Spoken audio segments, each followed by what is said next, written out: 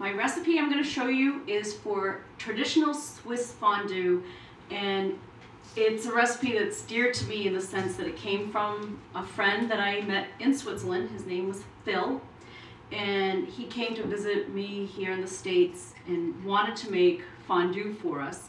And he wrote the recipe down. I have his original recipe with his handwriting, and it's just funny how the European recipe, for instance, for his ingredients, he called for 60% of the cheese being Emmentaler and 30% being Gruyere and 10% of a soft cheese, not actually any kind of measurements that we'd understand. It's an eyeball thing, but on our website we'll have it so it's clear for you to follow.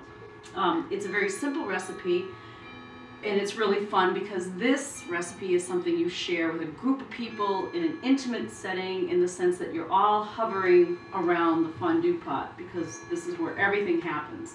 So I have my fondue pot heating up, and it's warm, and one of the things that Phil said is very important is you need to rub the fondue pot with a piece of garlic. You just rub it all over. Turn up my heat just a little bit.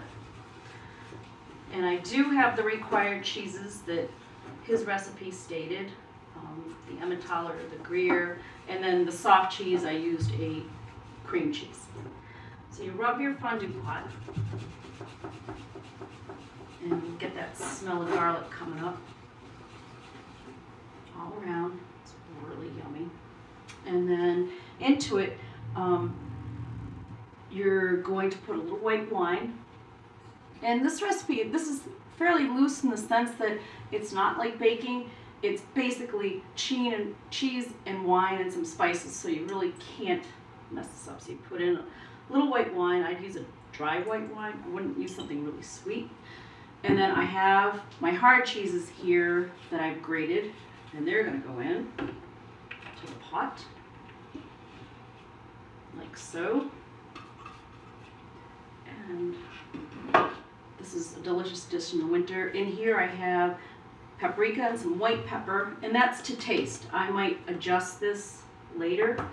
You can always add more, but you can't take it away once it's in the pot. So now you just need to have this cheese melt and adjust it with the white wine. I have my soft cheese I'm going to add in. And then with any cheese dish, a delicious addition is a little bit of nutmeg. I'm sure you've all seen nutmeg in the whole form. If you can buy it in the whole form, I find it anywhere now, and get one of these little nutmeg graters. You just store it right in the top, and you keep it together, and it has a different flavor than the already ground nutmeg that you can buy. And it doesn't really cost that much more, you just have to find it. And this is to taste. I might add more, so I'm going to keep this close at hand. So now you babysit the pot. You don't want the cheese to burn. You don't want it to be too hot.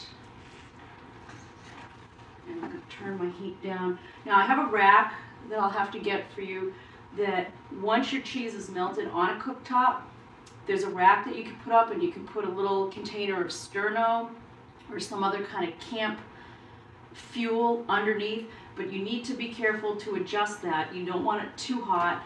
You don't want your fondue to burn. That's never a good thing.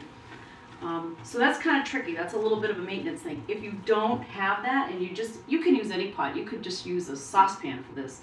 This just happens to be my family's fondue pot from the 70s. You can use any pot, and then if the cheese starts to come together and it's not dippable anymore, you just put it back on your stove. It's fine. I'm going to let this melt down. I do have another liqueur that I'm going to add, and this is to taste. Phil suggested this, and I remember him adding it to the fondue that he made for us here. And it's a little kirsch. It's a cherry liqueur. It smells like cherries. I'm only going to add a little bit. Once again, if you like the flavor, you want to add some more, you can do that.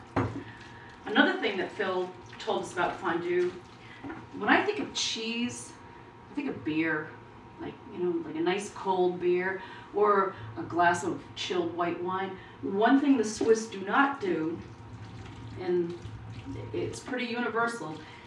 They would never eat fondue and have a cold beverage. They wouldn't have a cold beer. They'd have a room temperature beer, or they'd have a room temperature white, possibly red wine, but never chilled, because their whole idea is you're eating this gooey melted cheese and then you're following it down with something cold, and in their mind something horrible might happen inside, like the cheese. I don't know. I wouldn't stress about it that much, but that's just some Swiss information that I took away thinking, okay, they might be onto it. I'm not, who am I to reinvent the wheel? So you could have this with your favorite beer, probably a hearty beer with something like this, a lager. You might not need a stout with all the cheese. So this is melting. Kind of have to be patient with it, so I'm going to let that sit for a minute. Then what you serve with this is you get a nice baguette, and you just cut it up. You want it into bite-sized pieces. It's probably a 2 bite-sized piece.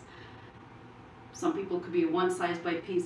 The key is when you cut your baguette, do it in quarters. You want each piece to have a piece of crust on it. And that's important because you will skewer it through the crust and then dip it into the fondue pot. If you don't have the crust, this is a lot of cheese in here, and it can be heavy depending on how aggressive you get with your dipping, and you don't want your cheese, your whole piece of bread and cheese to fall into the pot. So that's why the crust comes in handy. It's a little bit of an anchor. And in Switzerland, we learned that if your cheese does fall off in the pot, comes off your skewer, you have to kiss someone around the fondue pot. That's what they do. So, depending on where you're at, you might want to make sure that piece of bread is secure or not. So this is coming along nicely. Still melting. And the last bit of traditional Swiss information I can pass along, when the fondue pot is almost empty, and there's just a little layer of cheese at the very bottom, there's a lot here at the bottom, they'll crack in an egg, and then they'll dip their bread into the egg and the cheese, and that's supposed to be the real treat, kind of like the bottom of the pot is the best idea. I'm gonna keep stirring, and then Lee's gonna come join me around the fondue pot. I'm gonna taste it. Okay, the fondue is ready. And you just play around with it till it's the right consistency. A nice dippable cheese sauce. I have it on its stand, and I have my flame underneath. This is what you need to monitor. It'll keep the cheese very hot, so you do need to sometimes put a cover on it, shut it off for a little while, because right now the cheese is bubbling. So Lee, you want to come try some? Absolutely. Okay. So, does this mean if my bread falls off, I have to kiss you? well, you might have to. That's okay. We do have a cameraman I've here done worse. too. It's funny. And of course, this is hot cheese. So, I was just gonna say it's really blub blub blub. So yeah. So you kind of do this, and people, you hang on to your skewer, and you have your party, and people come by and they sort of swoop in. Ooh, is that cheesy? It is, and it's hot, so you do have to kind of know your own palate here. I'm doing the twisty, twirly thing, and sometimes you just have to go for it. It's like a really gooey grilled cheese sandwich. You get that flavor of the wine. Definitely. With just a hint of the kirsch, not that much. We could put a little more nutmeg in it if we wanted to. No, I think it's good. Play around with it. I think it's good the way it is. So, you have a whole crowd of people, and you keep this going, and this will, this is an appetizer that will make a lot of people happy. It's a party in a pot. So enjoy your traditional Swiss fondue.